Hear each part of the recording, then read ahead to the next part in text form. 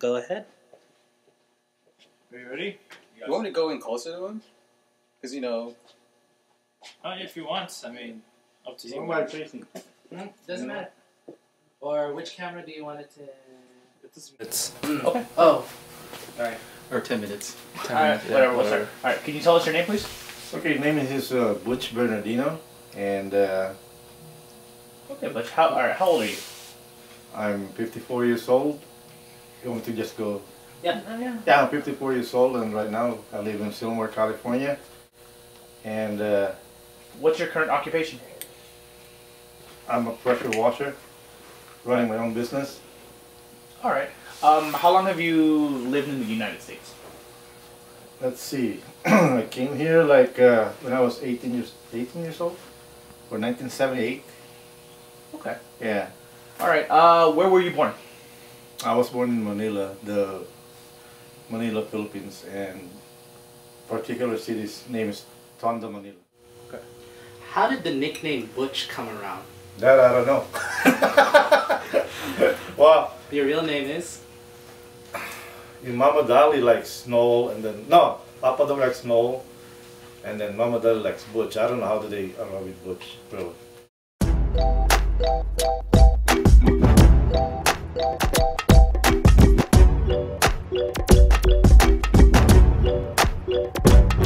I'm in the trenches like a foxhole. Roscoe is the modern day Andre Bonifacio. Revolutionary, I'm like a rhyme shark mercenary. I specialize in finding whack ass crews to bury. Nowadays MCs is so weak, rhyming mediocre over so beats. That's why when I bring the heat, I'm like a stone cold beast. MC step to me, I leave them hung like a polo fleece. You liars, you ain't hold no keys, I don't believe you. You ain't no OGs. You's a homo that blows other homo MCs. I'm a homegrown MC with a promo CD. You see, I'm die low, cool your Roscoe young. Address you like an elementary schoolyard run. If there was ever any doubt in your mind that I'm the one, I'm quick to bust your lip and knock out your gold front. Got a freaky flow. I'm a Filipino. I got a freaky flow. I'm a Filipino. Your boy's at it again with my pad and my pen. I challenge anybody.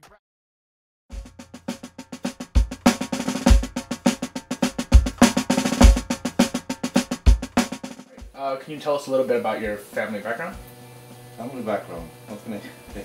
How many? Do you have any siblings? Brother, sisters. I got 3 sisters.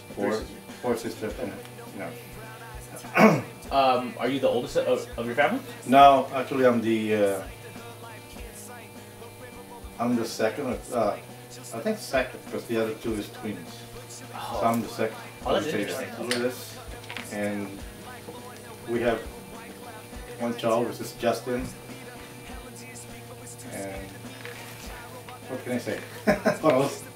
How many years have you been married? How much have we been married? 25 years.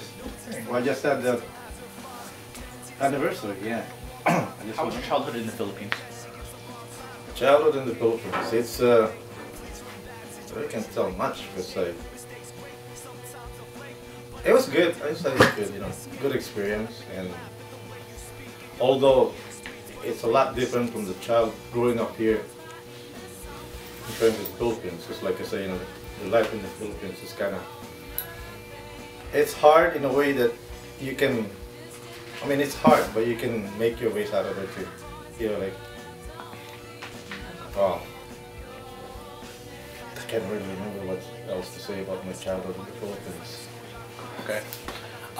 Did you grow up in a rich family or a family of poverty? No, not a rich family. It's a medium, what I call middle class family in the Philippines. My dad is a dental surgeon, and my mom is she got her own shop in Manila, like a dress shop or something, you know, clothing shops. Okay. Yeah, and we survived, you know. Okay. Even though it's tough, but.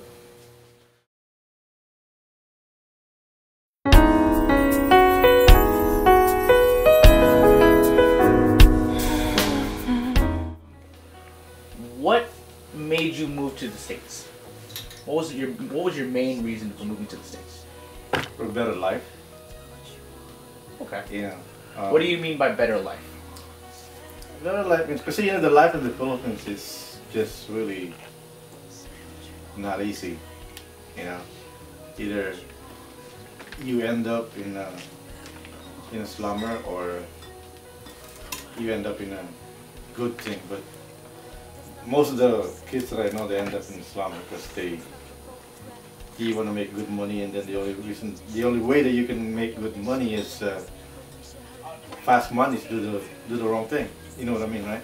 Okay. So my dad decided me to come over here. 18 years old. And I've been here. That's my first time to come over here. I was thinking, like, you know, I'm seeing, it's like on the TV, you know, I'm seeing black and white when I come over here. It's colored. Tall buildings, you know, nice cars and everything. And nice girls. Blonde. You know. So I said, I'm tired of looking at straight hair and black hair, and I want to see some blonde girls. You know? I want to see some nice cars too. And then I came here, right? And then my favorite car before is Corvette. That was my American dream, Corvette and a Harley. And told myself, oh shit, I want to get one of those cars. Every time I was in San Francisco, and mostly the work is different too. Can't really describe what else.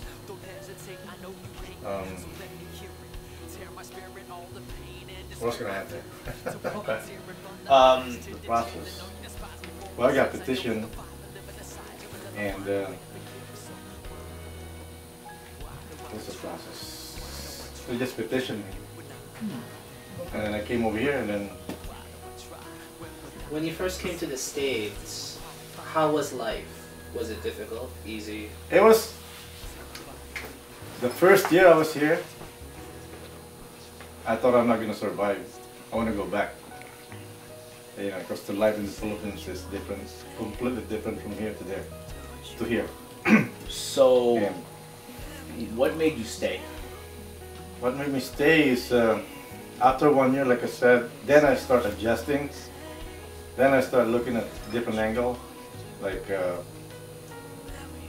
I wanted to work for the airline so bad. Because when I was in the Philippines, I used to work part-time with Philippine Airlines. And finally realized I could do it here. You know? And suddenly one day, you know, I said, I'll move to LA. I was in San Francisco. I'm gonna move to LA to pursue my career. Then I landed with a job with the PSA. Okay. What was, in your opinion, the biggest transition from the Philippines to, or I'm sorry, the biggest difference from the Philippines with the Philippines and the United States? What did you see as the biggest difference? The biggest difference. I would say money. Okay. It's a lot more harder to make money in the Philippines than here.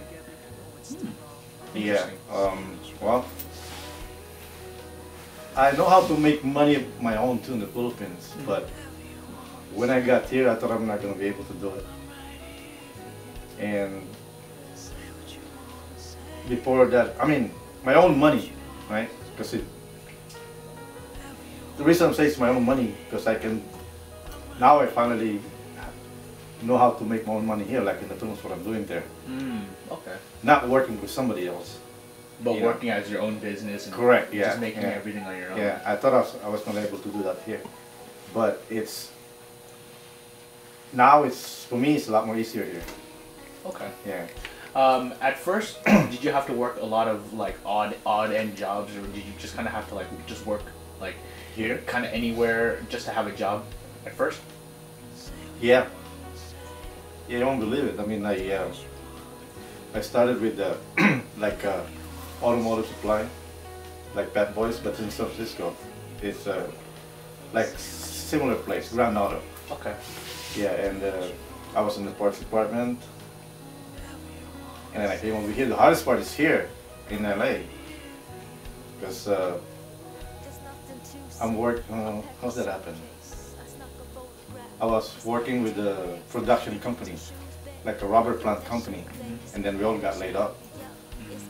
Then after that, my brother-in-law came in here from the Philippines. He got no job.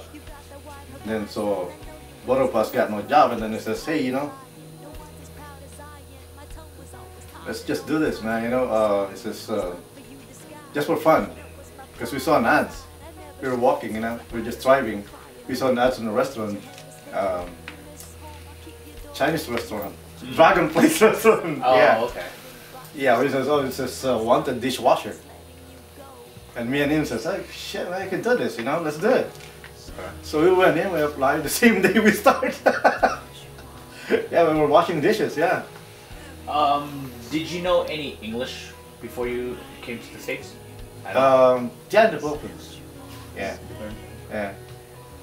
Can you take us through what is when you first started working for the airlines? Can you take us through that journey, like starting from Really? PSA when it became a different airline? Oh, well, Like how was the experience? what did you do? I started at 87 in Burbank. I don't really remember that, you know. But that process is hard for me to take too, because at the same time, I wasn't training with Postal Service. And I have 15 lessons to pass. I'm on my 12 lesson. That means three more classes I'll be in the Postal Service. But on the 12, PSA called me. Called me in Burbank. He says if I wanted to start with them. I started being a cleaner, aircraft cleaner, and and I told myself, says, what am I gonna do? Will I work for the Postal Service or will I work for the airline? And I said, I'll just go with the one that I really want, which is for the airline. So I dropped the Postal Service. Okay. Yeah. Let's cut first.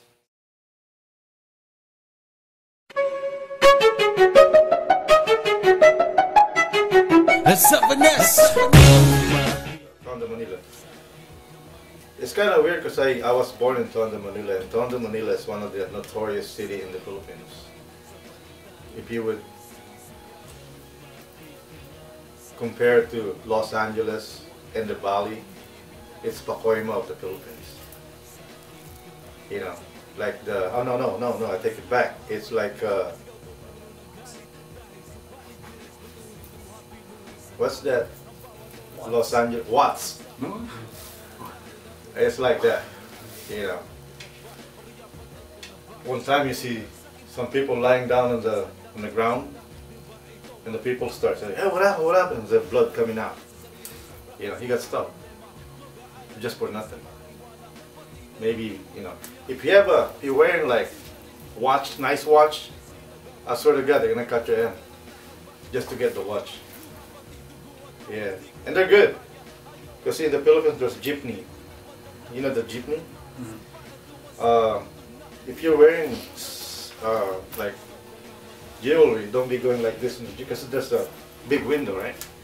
And if you're going like this, they can snatch your ring, no matter how tight it is. They can get it out of your hand that quick, and they slash they pickpocket you.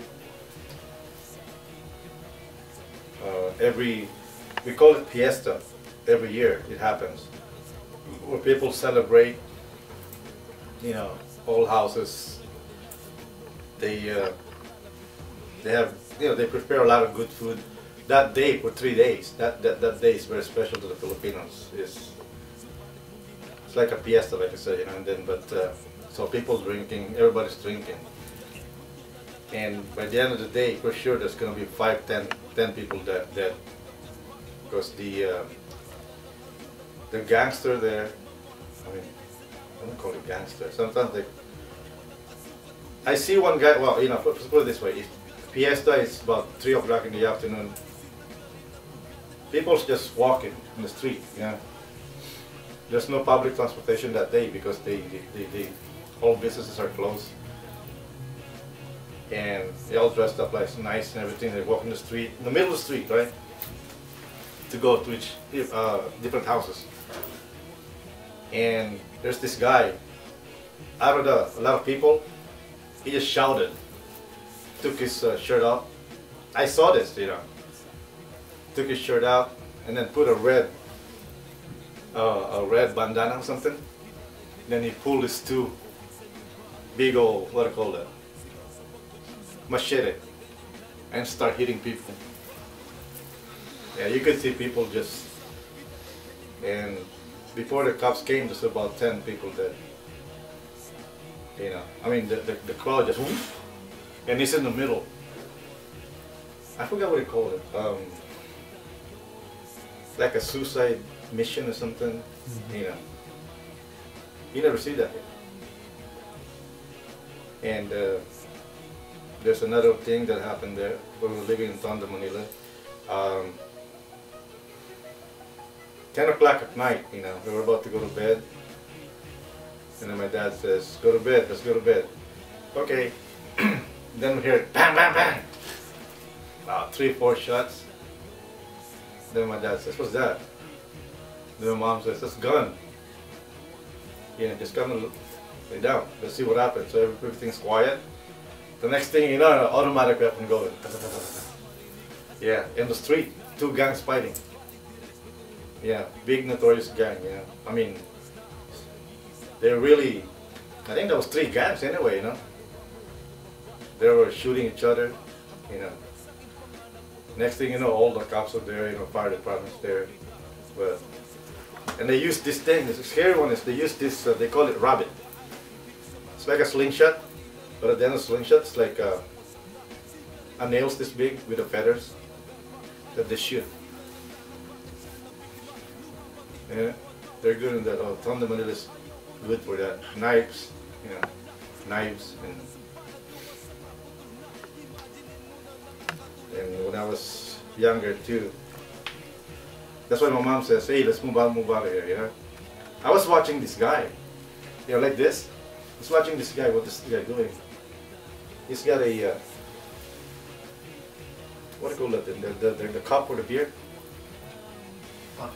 Yeah.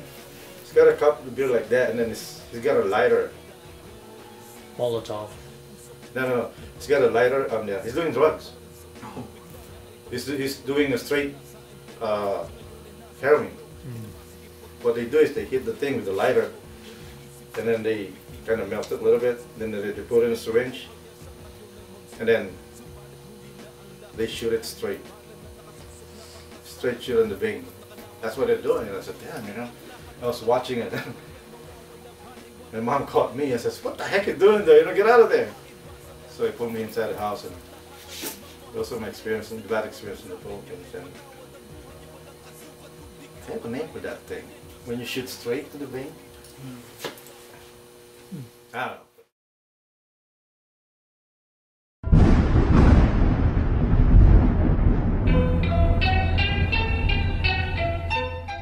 Then we moved. I found another friends in the Philippines. They call it Marikina, you know, outside Tondo. You know, it's a better place. It's like this, you know. Then I met this group, and then, you know, I changed friends, which is I like it, you know. But one time they're I think there's about 4 of us. We tried this thing and says, okay, let's try this thing. They just for experience, so we tried this little tablets, you know. So let's try this. So it's funny though, because we tried it, right? And then we were smoking cigarettes. And next thing you know, it's just like the effect is just you're like here. The next thing you know, one guy says, let's go to Rite Aid. Then we all went to Rite Aid, right? I was driving, we went to Rite Aid, then came back here. And then everybody say, then it flashback and you says, did we went to Rite Aid? You know, it's just, you did it, you came back, and then it says, they were same position right here.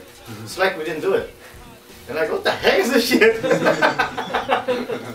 I was freaking out. I said, damn, you know, get me out of this. Give me, I don't like this, you know. Then we went to the mall. Then we came back. Same thing, same position right here. You know, I says, did we came to the mall? What the heck, you know? And they said that pills or drugs we took is for crazy people. What it is, you know, when their brain's going fast, that slows it down and make it backwards. That's what we took. And I go, what the heck? I'm not gonna take this anymore. Yeah. And then the other day, Justin asked me, what were you doing during the Marcos regime or something, when the people when all the students are protesting in the street, and I was there. I mean, you know, I have hair before. My hair is long. Matter of fact, they chase us. The military chase us. You know, there's 5 of us. We have all long hair. Because Marcos says all the students going to university. With the long hair, put them in the truck, you know, because they thought we belong to the one of this KKK or something. I don't know what the heck's that. But anyway, you know, they chase us, you know, in the school, and I'm lost. Where am I now? You were explaining what you were doing. Marcos. Oh yeah. During the Marcos regime, my son asked me, he says, I don't know, just came on my mind. I was smoking dope. You know, they're on the other side of the street, and then we're in this house, and then we're just making, you know, we're just drinking beer and smoking dope and everything. You know, we're happy. And I mean, no, we did it, but just to experience it. Yeah, and. That's no fun, you know, because every day, the fun thing is every day is no school. Yeah, I see this guy up in the building, the street's there, and then there's a one military truck, 6x6.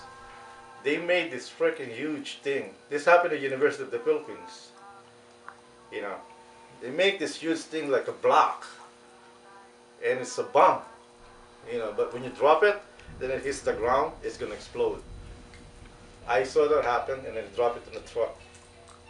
Yeah, military truck. Good thing nobody there. It's just a truck. It's huge from the top of the building to their truck. And How was life coping with martial law? coping meaning. How was it just to live during a time of martial Oh, law? I love it because before we used to go home like. I mean, party time. Parents says, oh, come home 11 o'clock, 12 o'clock, you guys be home. Okay, we're home at 12 o'clock. And then when martial law hits, we got this curfew. After 12, if you're 18, you're not allowed to walk in the street. You know, they put you to jail. So what we did, we set a party. We make sure that everybody stays till 12, and after 12 nobody can go out, so we call it stay in party. 5 o'clock we go home. Everybody gets stay. Oh man, I have this reel, the Akai reel thing, that's what we use it for. If I have that still, I love it. But you know, I made a continuous tape, like to play after 12 o'clock. It's all slow music.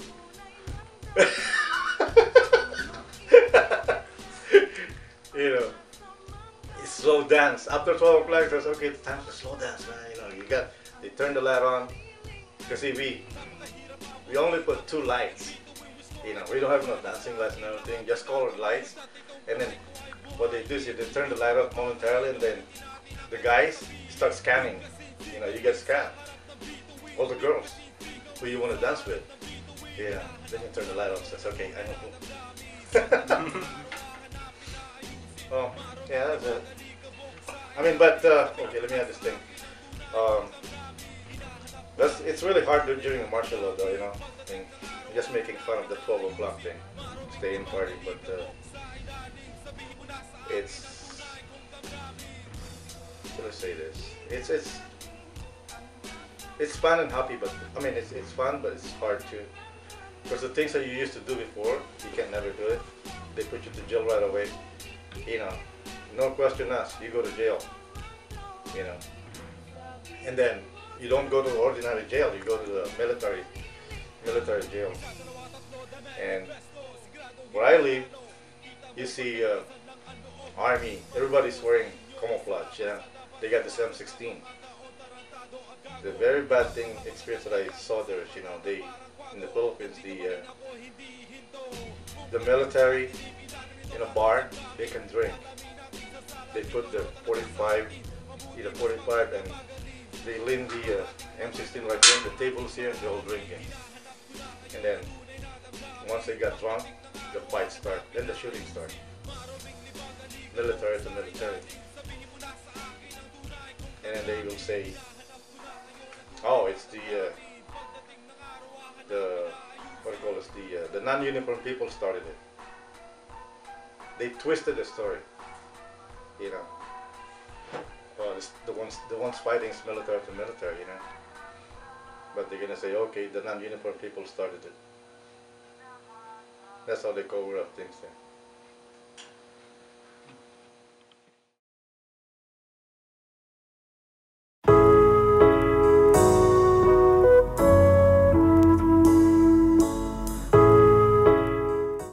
When my dad bought me my first bicycle, you know, the second day I took it apart, you know, in pieces. I mean, sort of got it in pieces, the handlebars out, because I don't mean to put it back, I just want to dismantle it, you know, so that's what I did. Then my dad's looking for the bike. I said, "Where's the bike?" I said, "This is my bedroom." "Let me see the bike." I told him I can't take it out because why? It's all spread apart on the carpet.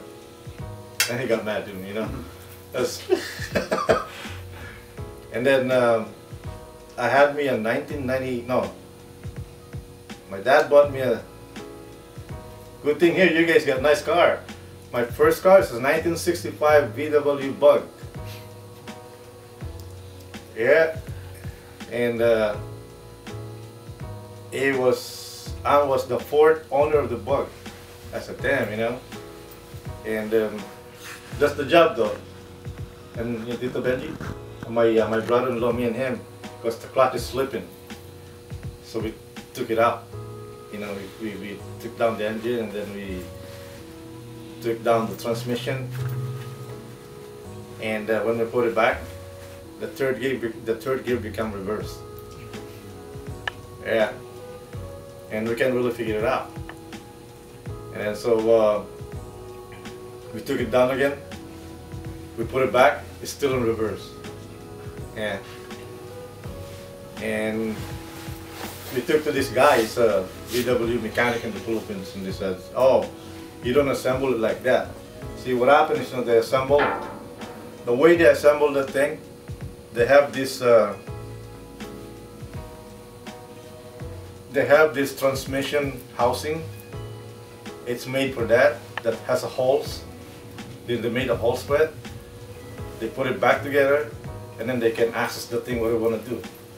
You know, now when the tram is built, they take out the transmission, and then they put your original transmission. That's how they do it. They have. It's funny, you know. You can see a transmission with a lot of holes. You know, just for assembly. And I want to see that. I'm going to go back to the Philippines. I want to see that guy again. I'm going to tell him, hey, I'd like to take a picture of this thing, you know. Mechanics. Believe it or not, when I was in the Philippines, I took some course, second year college, right? And I was taking accounting. And then when I got interrupted by the school, my dad says, "Come over here." So I came over here, right? Then I lose interest. I lose interest in accounting course or something, you know? Because I got hired with PSA, like I said, you know, and then when I got hired with PSA, I started like a cleaner, then after a cleaner, I ended up in a stockroom, and the stockroom is just like a stock clerk. You know, we have a like this. You know, you have aisles and aisles of parts and tools and everything. That's how I started. You know, because I handed out tools for the mechanics, you know, and some equipments for the mechanic and cleaner. So I said, man, you know, what am I doing here? You know, I can. And every time I see a wrench, I like to touch it. Yeah.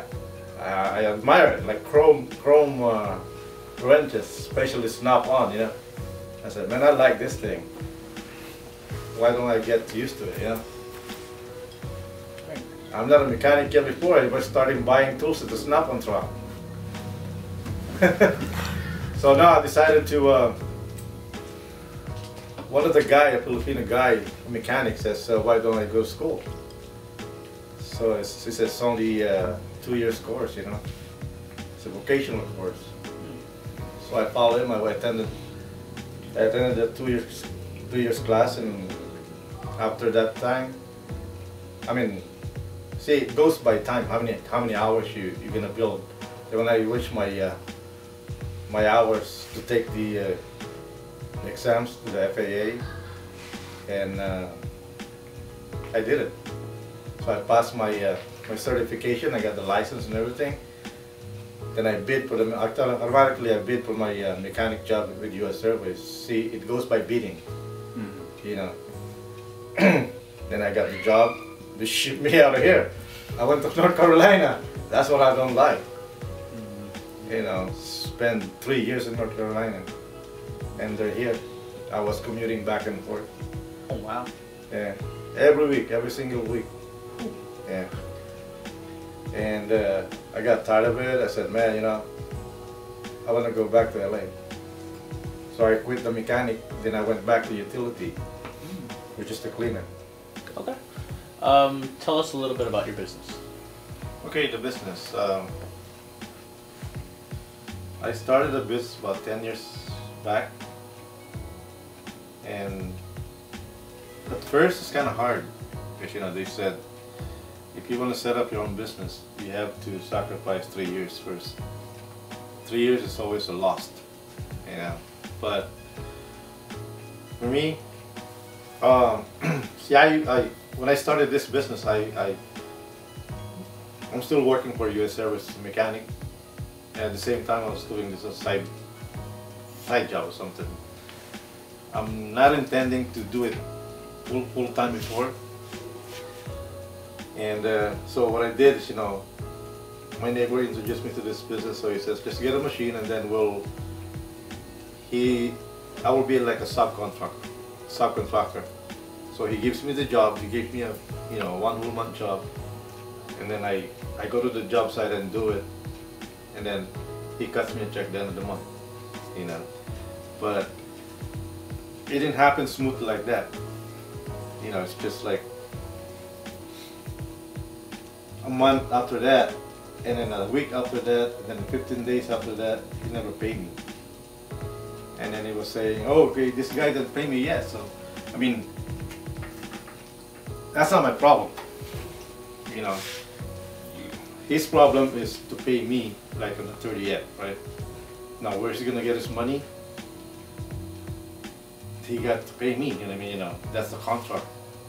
But he was saying that, oh, I didn't get paid yet. I didn't get paid yet. That's if I do business with you, for example, you know, I subcontract you.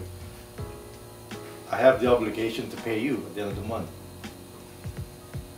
Knowing me, I will pay you. I don't have to tell you that, oh, this guy didn't pay me yet. I don't like that. I don't like to deal like that. You know, when I owe somebody, like I tell, hey, I pay you on the 15th. On the dot, I'll be there. You know, I don't care if I have to borrow money from somebody, as long as I commit myself to pay, you know, my employee, I will pay. But anyway, that went on for about 6 months. My wife says, quit the job. Sell the machine or something, you know. And during that time, the machine is in the trailer. I have a small Jeep that I use, small Montero, you know. And I didn't really want to quit because I said, man, this is my last recourse, you know, because U.S. Airways is going down. So one night I don't have any job, you know, I just went out, I went to Ralph's and parked my truck in the middle of the parking. And I was looking at, I was like just a fool, you know, I was looking in my rear view mirror, looking at the machine. I said, well, the heck am I gonna sell this shit? Yeah. And I said, I guess I have to try hard, you know. I stood there for about 2 hours. And following day, I said, told my wife, cut me a lot of flyers. I went door to door. I went, you know, on foot. All the shopping malls, you know. And I landed with one account. One account, and it's a Filipino restaurant. It's a DJ restaurant, you know. The guy says, what you do is, he says, you know, I'm eating, because while I'm having lunch, I was just sorting all my my paperwork, you know. And then he says, what you doing? I says, well, you know, I'm soliciting, you know, to get an account. He says, what you do? I said, you know, I do pressure washing. What's a pressure washing? Oh, we clean the sidewalks, take the gums out and everything. And then he says, oh, you're the ones doing that? I say, yeah, because I didn't know that every morning he does that. He's got a 200 feet hose that he washes the side street. I mean the sidewalk of the store, and then it took him about 3 hours. And I do it like 30 minutes. With the right machine, you know, you do it. Then he says, okay, give me a coat. And I told him, are you serious? Yeah. Then that inspired me, that's my first. Then until now we're doing them. You know, it's been my client for 10 years now. And word of mouth, things got, I don't even have to put flyers anymore. It's just people just call me, start calling me. Phones start ringing. They say, you do pressure washing? Yeah, you know. Why don't you come over and give me a price code on this gas station? So I went there, you know. Another friend of mine, he's district manager for Valero gas station. He gave me 21 station. Yeah, but that happened for 7 years, then I got tired doing it. Getting old, I guess, you know. Because I have to go San Diego once a month, Palm Springs once a month, and Barstow once a month to do that stations, all those stations. Then after that, I got hooked up with the property managers and that, you know. And right now, I have a good account, you know. I mean, we survive.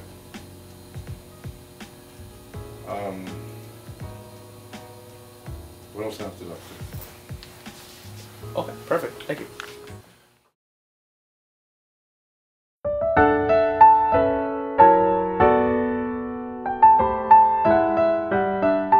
Filipino standard, you won't like it because you guys are. Elaborate on I that. would say you guys are rebel. No, okay, the difference in the Philippines is okay. When I grew up in the Philippines and with my dad and mom, I'm home like 5 o'clock, no, for dinner, 6 o'clock, we're home. Everybody's home. Everybody has to eat at the same time.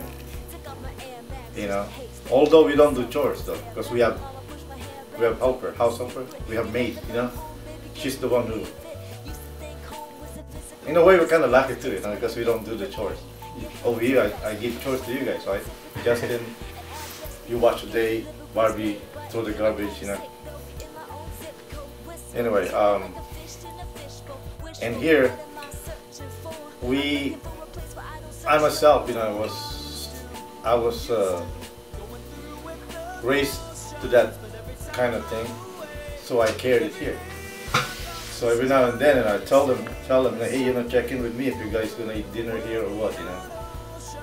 And mostly no.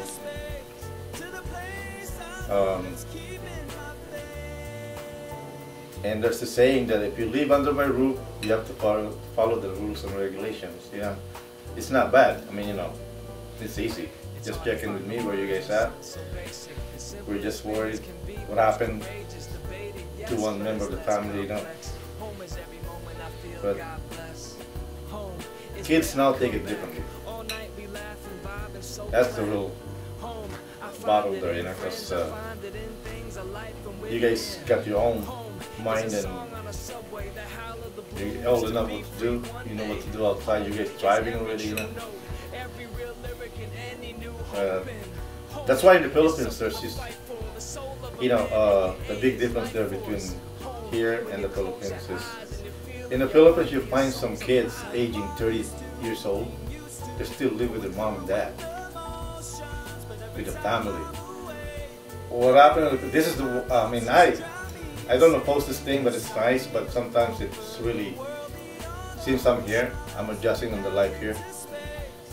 Because let's say you're 30 years old, you still live with your mom and dad. And the parents, see, when they grow up, the parents is expecting for the kids to take care of them. You know what I mean? They continue the, you know, they work, they make money, they give the money to the parents and everything. Now, me, I'm not like that. I mean, if my kids are growing up, as long as they're safe, they can go, you know.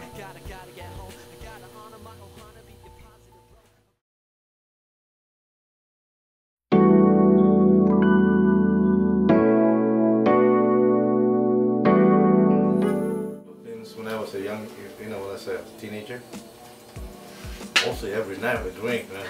There's no Friday, Saturday. Every day is Saturday night for us. Yeah. You know, I remember right in front of our house, there's a big tree. It's an empty lot, but there's one big tree that me and my friends, there's about 8 of us. There's a big tree, right? And then we sit around it, a building bench. That's where we hang out. And that's where we take all the beers, and, you know. And mostly every night we do that. And who's asking about the pollutant? You guys, huh? Yeah. The difference is, you know, over here, I'm used to drinking with nothing now, just kind of beer, a bottle of beer, that's it. But in the Philippines, you have this all different kind of food surrounding it, you know. They call it like, it's an hors d'oeuvre, anyway, you know. Whether it's goat, I won't mention dogs, I don't eat dog. I mean, I'm serious. But the goat, it's okay. And the seafoods and everything, you know, they call it kilawen, and it's all good. You know. And then that's where I learned how to smoke cigarette. And I remember there's this a light post, you know, from the main road light post. There's about 15 of us, everybody's smoking. We fucked up the thing. And I have my grandmother watching me all the time. You know, window. I didn't know that. He watched me. I mean, she watched me all the time, and you know. And he says, "Oh, you didn't see that you can't even see the light." You know, she says, "You can't even see the light anymore. It's full of smoke. It's cigarette, or a combination of cigarette and what have you." You know. And we really drink cases and cases of beer. Yeah. And here, like, you know, over here, I just drink just for the, you know, when I'm working on my bike.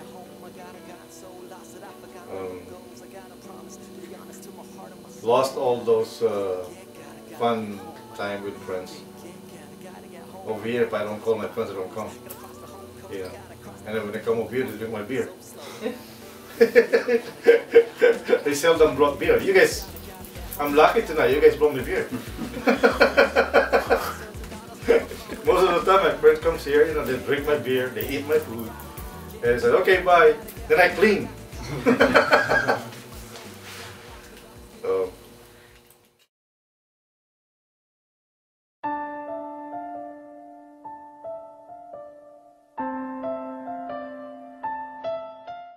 Okay, the life in K-Town. I lived there for about 10 years. I think it was 10 years. I know I came from Moreno Valley and then moved there. It's reason I moved there is because I was driving 85 miles from Moreno Valley to the airport. So we moved there, living in a one-bedroom apartment, and that's where I learned how to eat sushi and sashimi too, and drink a lot of beer, more beer. What else I could talk about that place? Made a lot of Korean. I like Korean. They're kind of loud sometimes, but they don't mean anything. It's just their nature. Yeah. Don't get it. I don't mean to, but I do have quite a few Korean friends, and we hang out. At the apartment, and like I say, just kind of loud. And these people too. It's like me. They don't have Monday, Tuesday, Wednesday, Thursday. Everything is Friday, Saturday, and Sunday. It's like party all night. And what else I learned from them? And they were really protected people, as far as their businesses. Like for instance, like the LA riot. I work side by side with them, because there's this store. The Korean guy owns the store, and that's the only means of money for him, this business. So everybody got their own ammunition, guns, and everything. So when the riot started, they're right in front of the store, and they're holding, they have a gun and everything. And like my apartment where we live to, on the rooftop, the manager just come over to the rooftop, and I went to the rooftop, and I see all kinds of guns laying down there on the ground. Yeah. I also talked about the riot.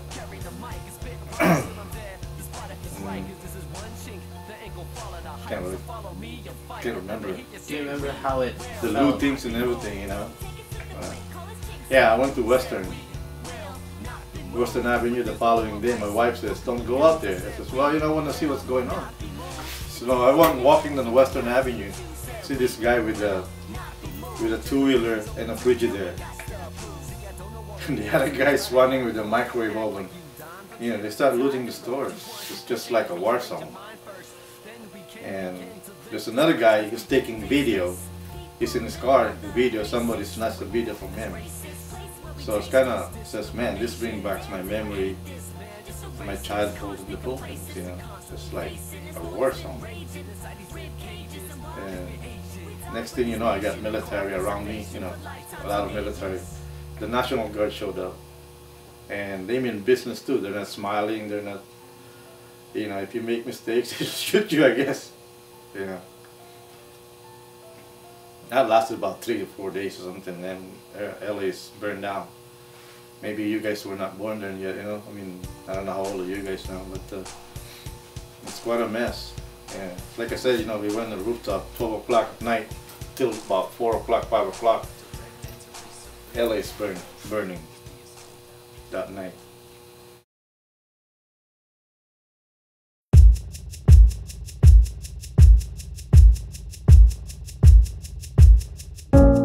"9/11 hits the airline business real bad.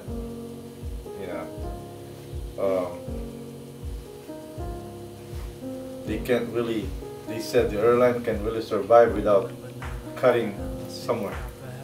And the only way they can do that is to cut our wages.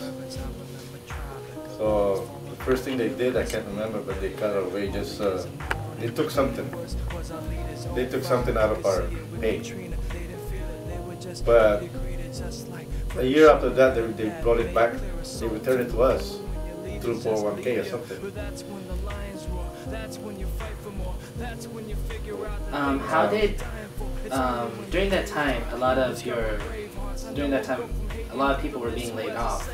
How did the treatment between co-workers change? Like, did it become more competitive to see who would keep their job?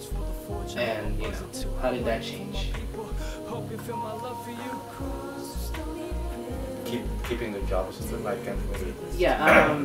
For example, in some jobs, for example, during 9/11, when the markets were crashing, it became a competition between other employees to see who would keep their job. How did that? I mean, was that a factor when you were working for U.S. Airways at the time?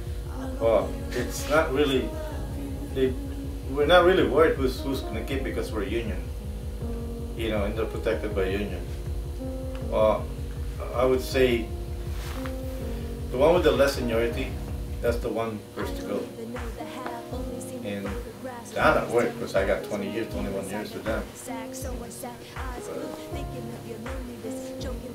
Did I answer that? Yeah.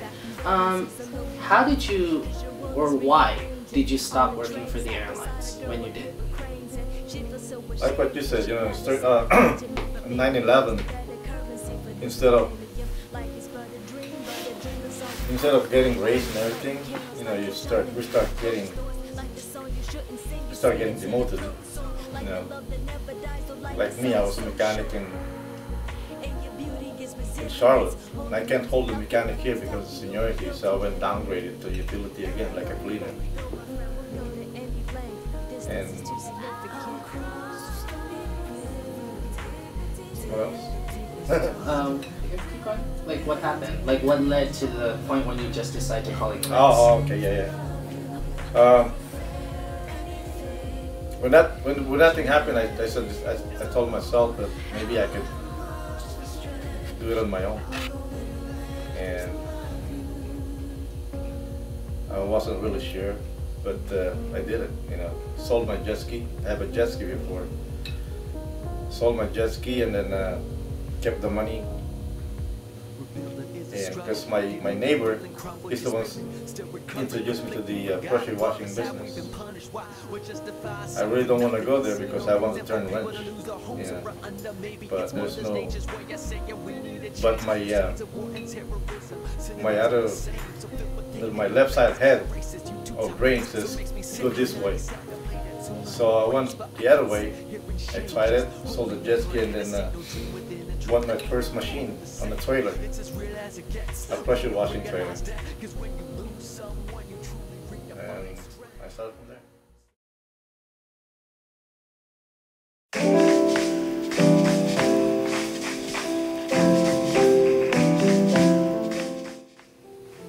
When you get older, I mean, you know, sometimes I'm not old. I mean, when you get older, you tend to learn how to do things right, or not like before. You know, like when you're younger, you know. When I was young, like you guys, I just said, okay, let's go here. Let's go to San Francisco. Let's go to Vegas. You know, we drive. We don't think. You know. Now I have basically, you know, when I say let's go to Vegas, I think of money. You know, I mean, this is in regard to the business too. You know, if I go to Vegas, I'll spend money, $500,000, while I can keep the money here, stay here, save the money, and use it for something else, something big. You know, like the bike. I'm kidding. Spend the bike. I'm kidding. You know, because nowadays there's these things that you say emergency. If you don't have no cash fund for emergency, you'll shit out a lot. So I would say save the money. I try to save a little bit of money this time, and then it's nice to have some money, especially if somebody wants to borrow money from me. You know, I mean, the people that you know that they need help, they're in trouble. Like, you know, a friend of mine says, "Hey Butch, man, you know, his manager is trying to threaten him that he's gonna get kicked out of the apartment." And I go, "How much money?" And he says, $325. Okay, I got the money anyway. You know, just give it back to me later. You know, at least I help somebody too. And well, my lesson is, I guess it's one of the questions I didn't answer a while ago. But while you guys are still young, you know, I mean, after graduation and everything, if you can, you know, if you find a job, if you landed a good job, hit it hard, man, you know. Hit it hard, you know, don't just stay in one place, you know, if you could, where the money is, you go there, you know. I mean, if you're gonna run a business, if you wanna go to the office, or, you know, to work for somebody, you do that, but hit it hard. So when you reach 40, you're better off. You know, like if you're gonna work with somebody and then join the 401k right away. You know, because the 401k will save you a lot of, you know, I didn't know that, you know. I was halfway, I mean,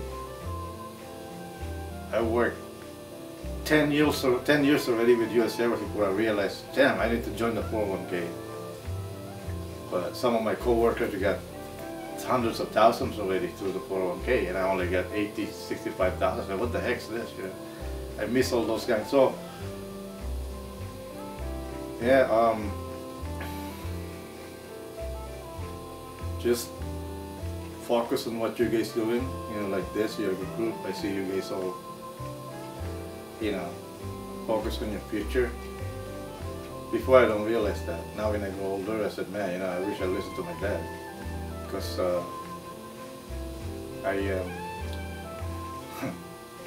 whenever my dad tells me something, I do the opposite way. Yeah, I just come home early, I come home late. Yeah, just don't drink beer. Shit, I drink a lot of beer. Yeah. Now I start to realize that, like I said, you know, yeah, as a matter of fact, there's one time I said, you know, damn, if I followed my dad before, I'm rich now, you know. Because he wants me to, this is another thing, he wants me to be a dental surgeon too, like a dentist. He's pushing me, you know, because nobody's going to inherit, you know, nobody's going to follow the thing. So he ended up selling all those. When he retired, he sold everything. If I continue that, you know, probably it's, I'm not saying it's more better. I like what I'm doing now. Probably I'm better off than that. Now I realize that, man, you know. So think, you know, of what you can do now that you're not gonna regret later. I mean, I'm not regretting everything, but some of it, you know, I wish I did this, I wish I did that, you know. Now I'm 54 years old, you know, it's, well, I'm not giving up still. You know, I'm still, what else I keep telling you guys? Drive slow. I'll drive slow. Don't get into trouble that we can't finish. Well, with yeah, I mean, I've been telling this guy, you know, just, you see, whenever somebody passed him, he don't like that. Naturally, another car's gonna pass you, gets 2 lanes, right? And the guy is like faster than you, so when the car passes, I notice him, you know, when the car passes us, he's like, what's that guy doing? You know, and he cuts them all, and says, damn, you know, you're gonna end up with the road rage, you know. And then with the road rage, I told him, you know, be sure you know what you're getting into. You just don't. If you see 4 guys in the car, forget it. You know, just forget it. You know, you're just gonna get. You won't like it if they react. Yeah. Or even though there's a single man there, you know, you don't know what he got. You don't know if he got a gun or something, you know. So. Well, one more question. What was your dream job when you were a kid? What did you always want to be when you grew up? When I grew up, what did you always want to be? I want to work with the airline, like a mechanic. Yeah. That's yeah, I guess, yeah. But So your dream came true. yeah. Okay. If you had the chance to go back now and still work with an airline, would you still do it? Yeah. Glad to do. I was talking about my friends, you know, last night we were drinking with my buddy. He says, when we were talking about retirement, I told him, hey, you know, I'm retired now, man. I'm collecting money from US Airways, and he's still working for Home Depot. He says, well, how do you do that? I says, well, you know, on my 50th, on my my 50th birthday, they asked me if I want to do an early retirement, you know. Anyway, I got my business going, you know. They know it, so it's okay, I took it. But again, I told him, hey, you know, if there's a chance for being a mechanic again, I'm gladly gonna do it. You know, I will do it. I'm happy with it, you know, so. Perfect. Thank you. Thank you.